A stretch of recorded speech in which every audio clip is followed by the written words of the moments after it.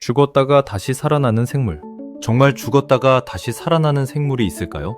과학적으로 생물이 완전히 죽은 뒤 다시 살아나는 것은 확인되지 않았습니다.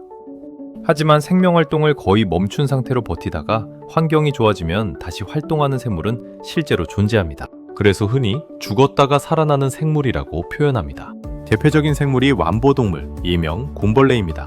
몸 길이가 보통 1mm도 되지 않는 아주 작은 동물인데 물이 부족해지면 몸속 수분을 대부분 잃고 몸을 둥글게 말면서 극심한 휴면 상태에 들어갑니다. 이때 신진대사가 극도로 낮아져 현미경으로 보면 죽은 것처럼 보입니다. 하지만 다시 물을 공급하면 일부 완보동물은 수분을 흡수하면서 정상적인 움직임을 회복합니다. 이 과정에서 세포를 보호하는 물질과 단백질 등이 중요한 역할을 하는 것으로 알려져 있습니다. 완보동물은 이런 방식으로 극심한 건조와 낮은 온도 등 다양한 환경 스트레스를 견딜 수 있습니다.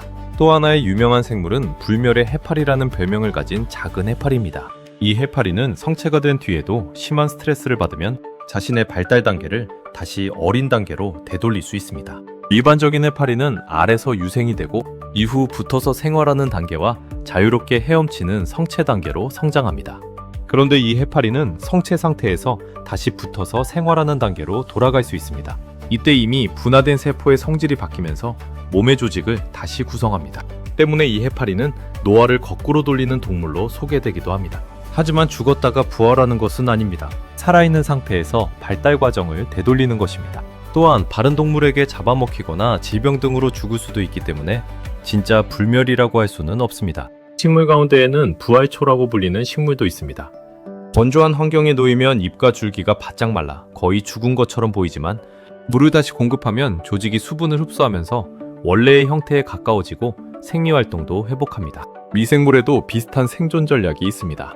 일부 세균은 환경이 극도로 나빠지면 내생포자라는 매우 견고한 구조를 만듭니다.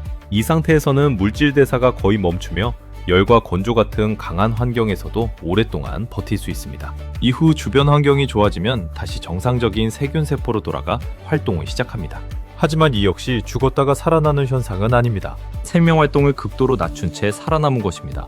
결국 자연에서 죽었다가 다시 살아나는 생물이라는 표현에 가장 가까운 사례는 완보동물, 불멸의 해파리, 부활초, 내생포자를 만드는 세균입니다.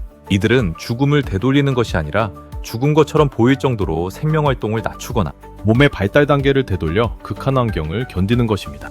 즉 자연에는 죽음을 극복한 생물은 없지만 죽음과 매우 비슷한 상태를 견뎌낸 뒤 다시 활동을 시작하는 생물은 실제로 존재합니다.